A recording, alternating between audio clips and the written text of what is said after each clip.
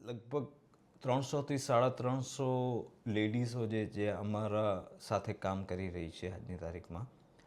જ્યારે અમે જે શરૂઆત કરી હતી ત્યારે તો ઘણા બધા કારીગરો હતા મારી સાથે, કારણ કે ત્યારે અમારું ક્વોલિટી ફોકસ નહોતું. અને એક સર્વે એવું કહે છે કે મોર દેન 1 લાખ લેડીઝ એ પોતાના ઘરોમાં કામ કરી રહી છે. એટલે એવું નથી કે આ કારીગર એક જણા પાસે ફિક્સ હોય. તો એ દરેકે દરેક જે કોઈ કારીગર જતું હોય એની પાસેથી કામ લઈ શકે, કારણ કે જેને જે ફાવતું હોય એ પ્રમાણે એ લોકો લેડીઝો કામ લે આપણી પાસેથી. પર જે અમારું આજની તારીખમાં જે અમે સિલેક્ટેડ કારીગરો સાથે કામ કરી રહ્યા છીએ એ લોકોને અમે સિલેક્ટ કરીએ છીએ કે ભાઈ આ ઝીણું કામવાળા જે છે એ લોકોને જ આપણે કામ લેવાનું છે. એટલે એમાં એવું પડશે કે જે અમે જ્યારે શીખ્યા એ મોટું કામ, ત્યારે એ શરૂઆત છે. કોઈ પણ કારીગરને શીખવું હોય તો સૌથી પહેલે તો એને ખાલી દોરો વીંટતા આવડવું જોઈએ. એના માટે દોરો વીંટે તો એ જે પ્રેક્ટિસ થાય દોરો વીંટવાની, એના પછી ધીરે ધીરે એક સ્ટેપ આગળ જતું જાય. તો પછી ઝીણું કામ આવે, પછી એમાં એ સરકમવાળું સરકમ બાંધે અને દાણીવાળું દાણી અને ભરતીવાળું ભરતી.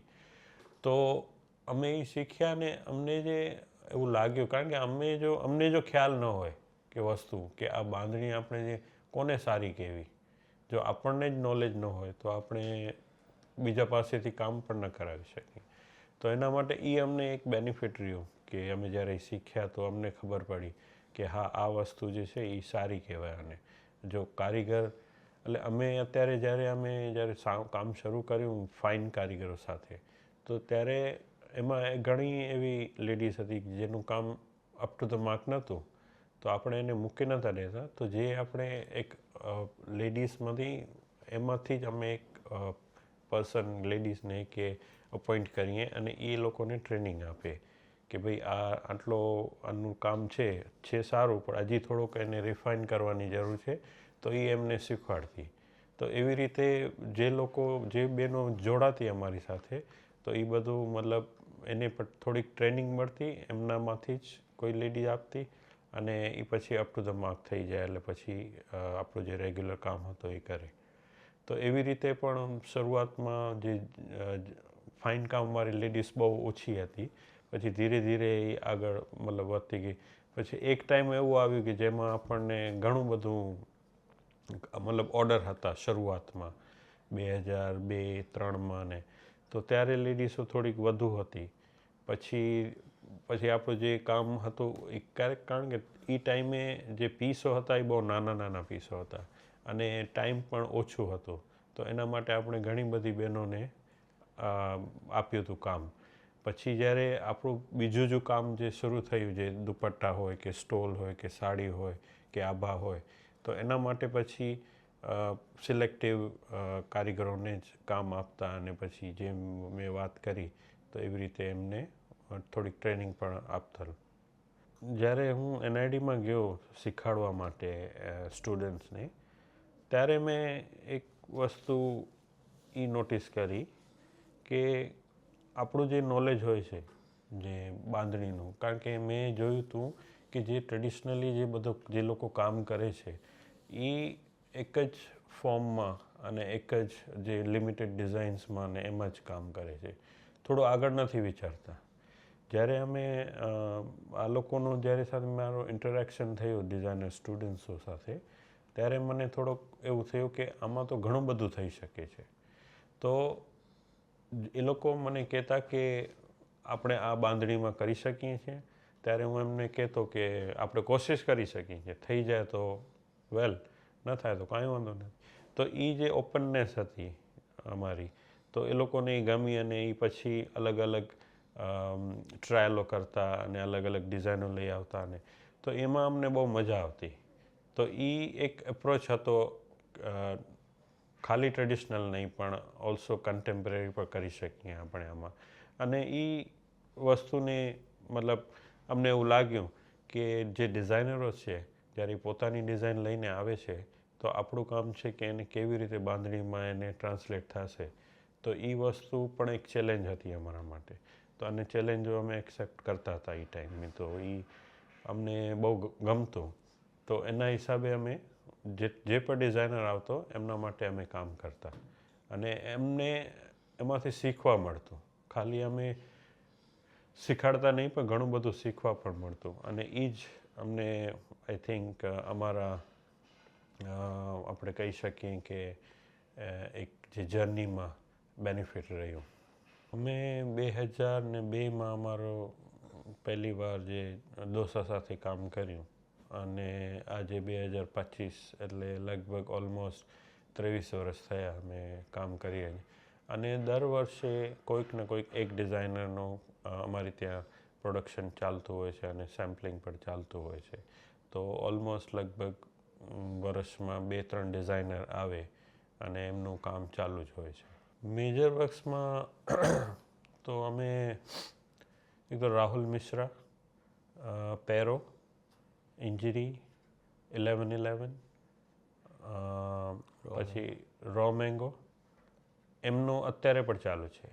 અને બાકી રાજેશ પ્રતાપસિંહ, તરુણ તેલિયાની, અબ્રામન ઠાકોર, તો એમની સાથે અમે આગળ લગભગ 2010-11માં કામ કરેલું. અને બીજા ઇન્ટરનેશનલમાં એક તો દોસા હતા, બીજા ડોના કેરન DKNY સાથે કામ કરેલું. અને બીજા જે આપણા યુરોપિયન જે ડિઝાઇનર છે, accessory design like D November છે કે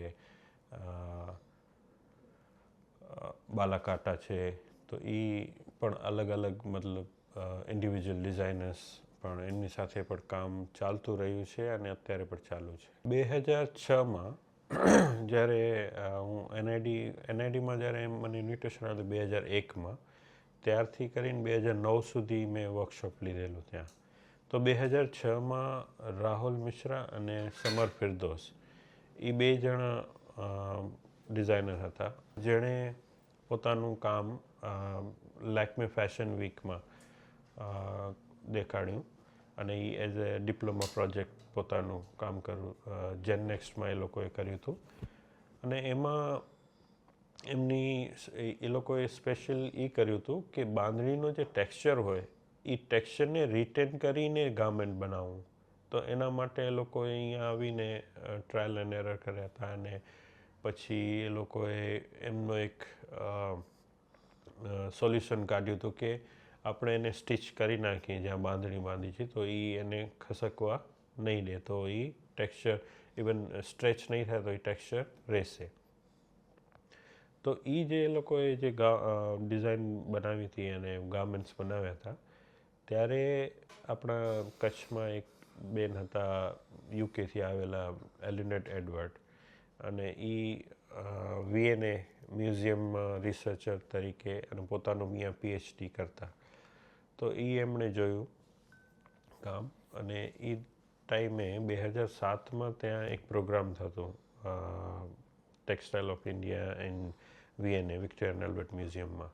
તો એમને જે આર્ટિઝનની જરૂર હતી, ત્યારે એમણે અમને ઇન્વિટેશન આપ્યું ત્યાં VNA મ્યુઝિયમમાં ડેમોન્સ્ટ્રેશન માટે. તો 2007માં અમારું પહેલું એબ્રોડ ટ્રાવેલિંગ થયું. એમાં હું અને બીજા એક જબ્બારભાઈ ધમણકાના જે અજરક આર્ટિસ્ટ છે, એ 2 સાથે ગયા હતા. તો ત્યારથી પછી એ જ વર્ષે અમારે Santa Fe folk art market, જે યુએસમાં ન્યૂ મેક્સિકોમાં એક ઇન્ટરનેશનલ ફોક આર્ટ માર્કેટ થાય છે, તો ત્યાં અમને ઇન્વિટેશન આવ્યું. કારણ કે અમે એપ્લાય કર્યું હતું, તો એમાં અમને સિલેક્શન થઈ ગયું. તો એ વર્ષે જ અમે અમેરિકા પણ ગયા. અને ત્યાર પછી એવરી યર અમે USA જતા સિન્સ ટુડે. અને ઇન બિટવીન હું પેરિસ ગયેલો, એક ફ્વાદી પેરી કરીને થાય છે, તો ત્યાં અમે અમારું આ કામ દેખાડ્યું. અને ત્યારથી અમને એક અમારા ક્લાયન્ટ મળ્યા, જે આજની તારીખ સુધી અમે કામ કરી રહ્યા છીએ સાથે. લગભગ 15 વર્ષ થઈ ગયા. ડી નવેમ્બર કરીને કંપની છે. અને પછી એમ્સ્ટરડેમમાં ગયા. એમ્સ્ટરડેમમાં એક પ્રોગ્રામ હતો જ્યાં અમે વર્કશોપ કર્યા. પછી એક ઓરિયન્ટો મ્યુઝિયમ છે પોર્ટુગલમાં, તો 2012 લગભગ ત્યાં પણ અમે વર્કશોપ કર્યો ઓરિએન્ટલ મ્યુઝિયમમાં. એના પછી એક જપાનનો પ્રોગ્રામ હતો 2018માં, તો ત્યાં અમે બધા કચ્છના ઘણા બધા આર્ટિસ્ટો ગયા હતા. અને એના પછી તો જપાનમાં 3-4 વાર, પછી બીજો અમને ઇન્વિટેશન મળ્યા. એટલે લાસ્ટ યર પણ હું ગયો હતો, આ વર્ષે ભાઈ ગયા હતા. તો અને પછી 2010માં અમે એક કંપની છે માયવા, જે કેનેડા બેઝ કંપની છે વેન્કુવરમાં. તો એમણે નેચરલ ડાયના પ્રોડક્ટો અમારી પાસેથી લીધા અને એમણે અમને સારું એવું પ્રોત્સાહન આપ્યું ખાલી નેચરલ ડાય કરવા માટે. અને જે પ્રોડક્ટ અમે નેચરલ ડાયમાં બનાવતા એ એમણે ઓર્ડર આપતા એમ. તો 2010થી કરીને લગભગ 2025થી અમે સુધી અમે કામ કરી રહ્યા છીએ એમની સાથે, અને મોસ્ટલી અમે નેચરલ ડાયનો જ એમની માટે કામ કરીએ. તો એના ઉપરથી અમને મતલબ એક એવું થયું કે આપણે નેચરલ ડાયને પણ આગળ વધારીએ. તો એના માટે અમે જ્યારે કોવિડ હતો ત્યારે અમે એક નવું વર્કશોપ બનાવ્યું. ત્યાં ખાલી અમે નેચરલ ડાય જ કરીએ છીએ. તો એમણે પણ અમને 2018માં કેનેડા બોલાવ્યા હતા. ત્યાં અમે પણ ત્યાં એમના વર્કશોપ કરેલો. એ પણ એક અમારા માટે બહુ સારી ટ્રીપ હતી. તો એવી રીતે અલગ અલગ જગ્યાએ જઈ અને અમે વર્કશોપ કર્યા છે, પછી ટોક આપી છે, પ્રેઝન્ટેશન કર્યા છે અને એક્ઝિબિશન કર્યા છે. મારી પર્સનલી આઈ થિંક જો આપણે વર્કશોપ કે ફરવા કે જે પણ કહ્યું કે તો એ લંડન, કારણ કે મારો ફર્સ્ટ અબ્રોડ વોઝ લંડન. પણ બિઝનેસ વાઇઝ દેખાય તો Santa Fe folk art market is the best. કારણ કે જે ફોક આર્ટ માર્કેટ જે છે એ આખા વર્લ્ડમાં આઈ થિંક નંબર 1 છે ફોર ધ આર્ટિઝન. મારા માટે અગર જોવા જઈએ તો સાન્ટા ફે ઓફકોર્સ સેલ્સ માટે સારું છે, અને વર્કશોપ માટે કેનેડા છે, સ્પેન છે, એ સારી જગ્યા. અને of course Japan is one of my favourite place. ઇન્ડિયાની માર્કેટ મોટી છે, બહુ જ મોટી છે, અને અહીંયા એપ્રિશિએશન મળે છે. ઓફકોર્સ જે લોકો બાંધણી વિશે જાણે છે, જે લોકો બાંધણીની જાણકારી રાખે છે અને પહેરવા માટે જે શોખીન છે, એ લોકો એપ્રિશિએશન આપે છે. અને બહુ મોટી માર્કેટ છે ઇન્ડિયાની ઓફકોર્સ. પણ USA, મેં તમને વાત કરી કે સેલ્સ માટે એ લોકો બહુ જ બાંધણીને પસંદ કરે છે. તો ત્યાં અમને બહુ એપ્રિશિએશન મળે છે. પ્લસમાં યુરોપિયન કન્ટ્રીઝ છે, ત્યાં પણ બહુ સારો રિસ્પોન્સ મળે છે. US કરતાં ઓછું મળે, પણ ત્યાં પણ અમને ત્યાં પણ એવા બાંધણીના કદરદાન છે કે જે લોકો બાંધણી ખૂબ જ લે છે. અને અત્યારે હાલની પરિસ્થિતિ જોઈએ તો જાપાન એક એવું જગ્યા છે કે જ્યાં બાંધણીની શરૂઆત છે, આપણે આમ કહી શકીએ. આમ તો ત્યાં શિબોરી વર્ષોથી હાલે છે, કારણ કે ઘણા મતલબ સેન્ચુરી પહેલાં અહીંયાથી બાંધણી ટ્રાવેલ કરીને જાપાન ગઈ અને એ શિબોરીમાં કન્વર્ટ થઈ ગઈ. પણ આજની તારીખમાં હવે ત્યાં શિબોરીનું કામ ઓછું થાય છે, તો એ લોકો હવે ઇન્ડિયન બાંધણી તરફ આકર્ષાય છે, અને અત્યારે માર્કેટ ઊભું થઈ રહ્યું છે ત્યાં જાપાનમાં.